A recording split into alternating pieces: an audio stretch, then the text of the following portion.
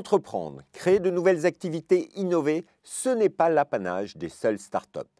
Les exploitants agricoles peuvent tout aussi bien réussir en suivant les tendances du marché ou en lançant de nouveaux concepts.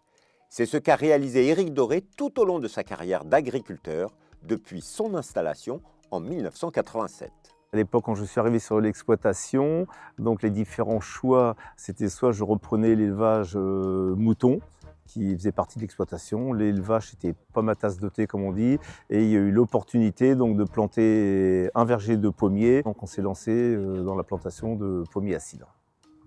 Et au bout de 3 ans, c'est un succès, car il avait analysé le marché et identifié le besoin des coopératives qui fournissaient les grands producteurs de cidre. Produire du cidre est également devenu un projet. Il y avait cette petite production, aujourd'hui je les appelle les 200-300 bouteilles familiales. Et quand on a planté ce verger, tout de suite il y a une production de pommes plus importante. D'où l'idée m'est venue de le proposer à des amis au départ, des copains, des clients par la suite. Tous les ans, mon père participait au Salon de l'Agriculture à Paris. C'est en 93, donc je présente une bouteille de cidre. Premier concours, première médaille, médaille d'or. Ça a encouragé tout le monde et c'est comme ça qu'on s'est dit, allez, il faut vraiment lancer la production, le centre de gestion, la comptabilité, bien marquer, cibler ces bouteilles, qu'elles rentrent dans le compte d'entreprise. Et petit à petit, on a développé jusqu'à aujourd'hui. Donc aujourd'hui, on a un peu plus de 200 000 bouteilles. Il y a une progression et puis une diversité de gammes, les cidres bruts, les cidres demi-secs, les rosés, les jus de pommes, les pétillants, enfin une gamme de produits transformés. En 2 décennies, cette passion familiale est devenue l'activité majeure de l'exploitation avec différents projets de diversification, comme l'ouverture d'un magasin, l'organisation de visites guidées de la cidrerie ou encore la création d'un musée. Bref, Éric Doré a toujours été à la recherche de nouvelles opportunités de développement. Et c'est toujours le cas alors que la retraite approche.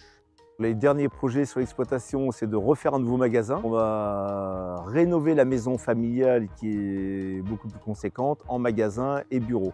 Et l'autre projet qui me tient à cœur depuis des années, qui n'était pas du tout au goût du jour à l'époque quand on a planté les pommiers, c'est la vigne. Aujourd'hui, la Normandie redevient une terre plus propice à faire de la vigne. Donc j'ai réussi à faire des échanges de parcelles de terre, des hectares de terre en coteaux, argilo-calcaire, et on plante donc cette vigne au printemps. Un esprit d'entreprise qui force l'admiration des conseillers qui l'accompagnent dans ses différents projets. C'est, je pense, un entrepreneur au sens le plus pur du terme. Alors, il y a beaucoup d'instinct, je pense, mais il se renseigne énormément et il fait beaucoup de veille avant de mettre en place le projet. Donc, pour un projet de diversification, c'est des projets, surtout dans le monde agricole, qui demandent beaucoup de compétences. Un agriculteur, il faut qu'il connaisse de la technique, de la gestion, mais s'il fait de la diversification, il faut qu'il s'y connaisse en commercial, en communication, en marketing.